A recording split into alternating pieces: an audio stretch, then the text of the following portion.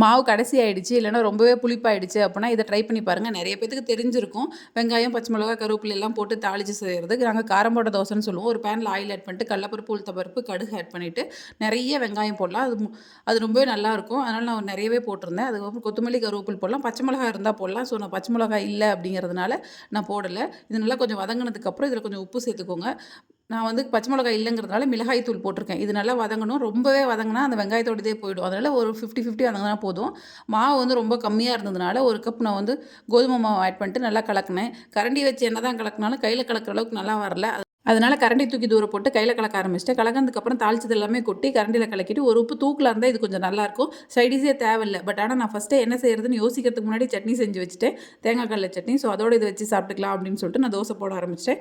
போட்டு சாப்பிட்டு முடிச்சதுக்கப்புறம் தான் எங்கள் வந்தார். ஸோ அவருக்கு போட்டு கொடுத்தா இவருக்கு இந்த கடைசி மாவில் சுடுறது அது இதையும் கலந்து சுடுறதெல்லாம் கொஞ்சம் பிடிக்காது. சாப்பிட்டு பார்த்துட்டு நல்லா இருக்குன்னு சொன்னார். நல்லா இருக்குங்கிற பேர் வாங்குறதுக்கு எவ்வளோ வித்தை காட்ட வேண்டியிருக்கு.